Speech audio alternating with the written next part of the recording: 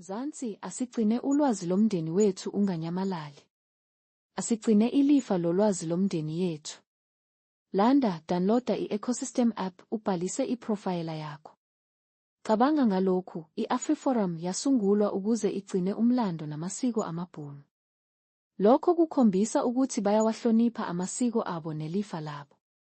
Thina abomdabu abaningi sesiyaziba ukubaluleka kokugcina amasiko ethu, ukufundisana phakathi kwezizukulwane, nelifa lolwazi lemindeni yethu. Thina inkinga ikuphi? Sishodaphi? Sidinga ukuhlolwa kwangaphakathi okukhulu.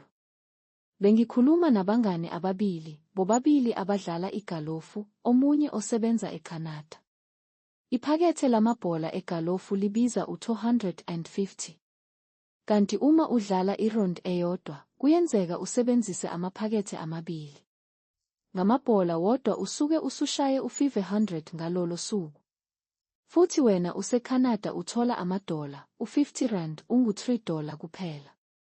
Ukubhalisa ku-app ukuze sigcine ulwazi lwakho ngokusemthethweni kuyimali engu-R50 ngonyaka. Noma ulayisha into eyodwa nje yelifa lomndeni wakho ngonyaka, uzuze kakhulu. Ulwazi oludlulisela isizukulwane esilandelayo. Akekho umuntu omdala, ikakhulukazi onabantwana, ongathi akanalifa lomndeni, angalidlulisela ezinganeni zakhe nasezizukulwaneni ezizayo. Landa iPhumo Ecosystem app manje uqale ukwakha ilifa lolwazi lakho.